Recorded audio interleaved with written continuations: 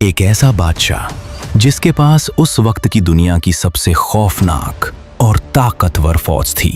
हाथियों की लंबी कतारें, चमकती हुई तलवारें और सिपाहियों का एक ऐसा हुजूम जिसका कोई अंत नहीं था। वो जब चलता तो मानो जमीन कांप उठती थी। वो जब बोलता तो बड़े बड़े सूरमा खामोश हो जाते थे। लेकिन एक दिन उसने वो फैसला किया जिसने उसकी किस्मत मिट्टी में मिला दी। उसने फैसला किया कि वो अल्लाह के मुकद्दस घर काबा को जमीन दोज कर देगा। लश्कर तैयार हुआ, हाथी आगे बढ़े, चारों तरफ ढोल नगाड़ों की गूंज थी और हुक्म मिला, आगे बढ़ो। मक्का की तरफ कूच शुरू हो गया। लेकिन जब ये फौज मक्का की सरहद पर पहुंची तो वहां अल्लाह का फैसला इंतजार कर रहा था। वहां न किसी इंसानी फौज की जरूरत थी, न तलवारों की और न ही किसी ढाल की। आसमान से बस कुछ छोटे परिंदे आए और अगली सुबह तक दुनिया की वो सबसे बड़ी फौज खाए हुए भूसे की तरह बिखरी पड़ी थी। दोस्तों, ये वो वाकया है जिस पर अल्लाह ने पूरी सूरह अल-फील नाजिल फरमाई। ये कहानी है अशाब फील की, गुरूर से लेकर तबाही तक का वो सफर जो आज भी ईमान को ताजा कर देता है।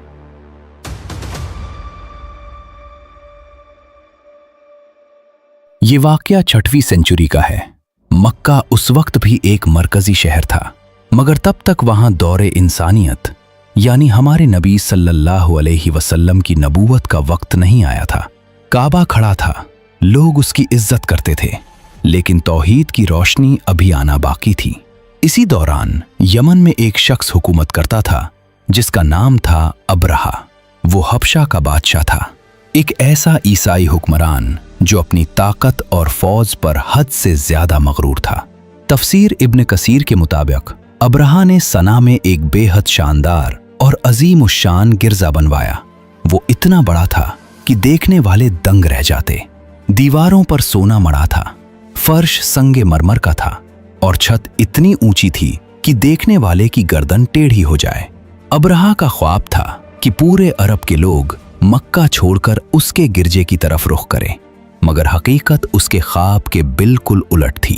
अरब के लोग अब भी मक्का जाते, काबा का तवाफ करते और अब्रहा के उस चमकते हुए गिरजे को मुड़कर भी न देखते। ये बात अब्रहा को कांटे की तरह चुभने लगी। उसका गुरूर गुस्से में बदल गया। उसने एक ऐसा फैसला किया जिसने तारीख का रुख मोड़ दिया।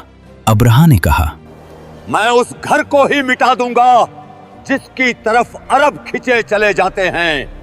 ये सिर्फ जलन नहीं थी, ये तकब्बुर था। ये सीधा सीधा अल्लाह के घर से जंग का ऐलान था।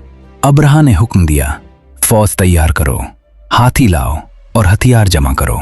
रिवायतों में आता है कि उसके पास 9 हाथी थे और सबसे आगे एक बहुत ही विशाल हाथी था जिसका नाम था महमूद। ये हाथी इतना ताकतवर था कि अकेला ही दुश्मनों की सफ़ें उखाड़ देता था। अब्रहा ने उसे सबसे आगे रखा ताकि मक्का वालों के दिलों में दहशत बैठ जाए।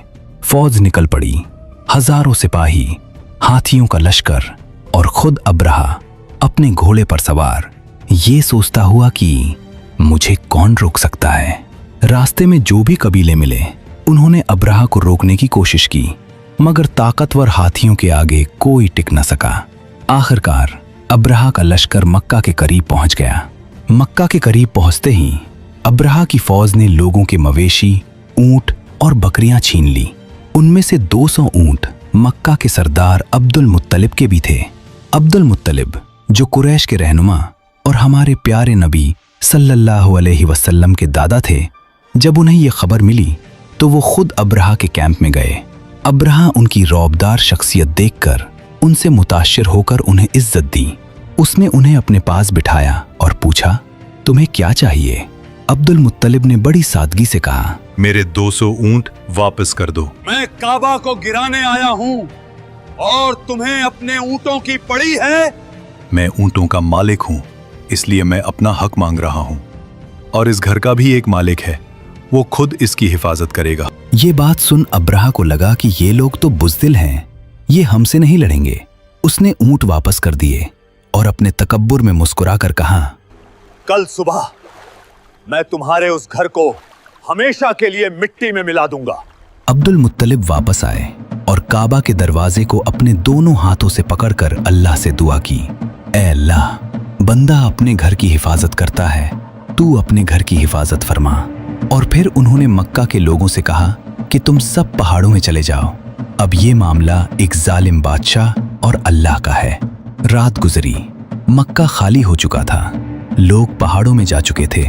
सुबह हुई, अब्राहा ने आगे बढ़ने का हुक्म दिया। सिपाहियों ने हाथियों को धकेला, लेकिन सबसे आगे वाला हाथी महमूद एक कदम भी आगे नहीं बढ़ा। उन्होंने उसे कोड़े मारे, तलवारें चुभाईं, मगर वो वहीं जमीन पर बैठ गया। हैरत की बात यह थी कि जब उसे यमन या किसी और तरफ मोड़ा जाता तो वो दौड़ने लगता, मगर जैसे ही रुख काबा की तरफ होता वो ठिठक कर बैठ जाता। ये अल्लाह की तरफ से पहली निशानी थी जो कि अब्राहा नहीं समझना चाहता था, और उसने चीख कर हुक्म दिया, हाथियों को आगे करो। और फिर आसमान लरज उठा। अचानक दिन में अंधेरा छा गया। लोग हैरान होकर ऊपर देखने लगे। समुंदर की तरफ से परिंदों के झुंड चले आ रहे थे। ये कोई आम परिंदे नहीं थे, ये थे अबाबील। हर परिंदे के पास 3-3 पत्थर थे, एक चोंच में और 2 पंजों में। ये पत्थर कोई आम पत्थर नहीं थे, ये पत्थर सिज्जील मतलब आग में पकी हुई मिट्टी के थे। ये पत्थर जिस पर गिरते उसका जिस्म मोम की तरह पिघला देते। जैसे ही उन परिंदों ने ये पत्थर गिराना शुरू किए, पूरे लश्कर पर जैसे कयामत टूट पड़ी। वो पत्थर जिसके ऊपर गिरता वो उसके जिस्म को चीरता हुआ निकल जाता। हाथी भागने लगे, सिपाही चीखने लगे, पूरी फौज इधर उधर भागने लगी। कोई यमन की तरफ भागता तो कोई मक्का की तरफ, लेकिन अल्लाह की पकड़ से कोई भाग नहीं सकता। और फौज ये बात भूल गई थी, वो जिधर भी भागते परिंदे उनके ऊपर होते। जो फौज कल तक दुनिया जीतने के ख्वाब देख रही थी वो आज मिट्टी में मिल रही थी। अब्राहा खुद भी भागा, मगर उसका जिस्म मोम की तरह पिघलने लगा। रास्ते में ही टुकड़े टुकड़े होकर गिरने लगा, और सना पहुंचने से पहले ही वो एक इबरतनाक मौत मरा। पूरी फौज ऐसे हो गई जैसे जानवर का चबाया हुआ भूसा। दोस्तों, ये वाकया सिर्फ एक कहानी नहीं है, ये इस बात का सबूत है कि तकब्बुर का अंजाम हमेशा तबाही होता है। अल्लाह ने अपने घर को बचाया ताकि उसी साल उसी शहर में वो रहमतुल लिल आलमीन मोहम्मद सल्लल्लाहु अलैहि वसल्लम को भेज सके। इस वाक़े के कुछ ही महीनों बाद हमारे नबी सल्लल्लाहु अलैहि वसल्लम की पैदाइश हुई। इससे हमें 4 बड़े सबक मिलते हैं। ताकत सिर्फ अल्लाह की है, हथियार और फौज अल्लाह की मर्जी के आगे कुछ नहीं। गुरूर का अंजाम, जो खुद को सबसे बड़ा समझता है, अल्लाह उसे सबसे छोटी चीज से हरा देता है। अल्लाह का दीन महफूज है, वो अपने घर और अपने दीन की हिफाजत खुद करना जानता है। तवक्कुल, अगर हमारा भरोसा अब्दुल मुत्तलिब जैसा हो तो मदद आसमान से ही आती है। आज हमें भी सोचना चाहिए, क्या हम अपनी जिंदगी का मालिक अल्लाह को मानते हैं? अगर आपको ये कुरान और तारीख का वाकया पसंद आया हो तो इस वीडियो को लाइक करें और हमारे चैनल को सब्सक्राइब जरूर करें। हमें कमेंट्स में बताएं कि अगली बार आप किस नबी या किस कौम का वाकया सुनना चाहेंगे। अल्लाह हम सब के ईमान को मजबूत करे। आमीन।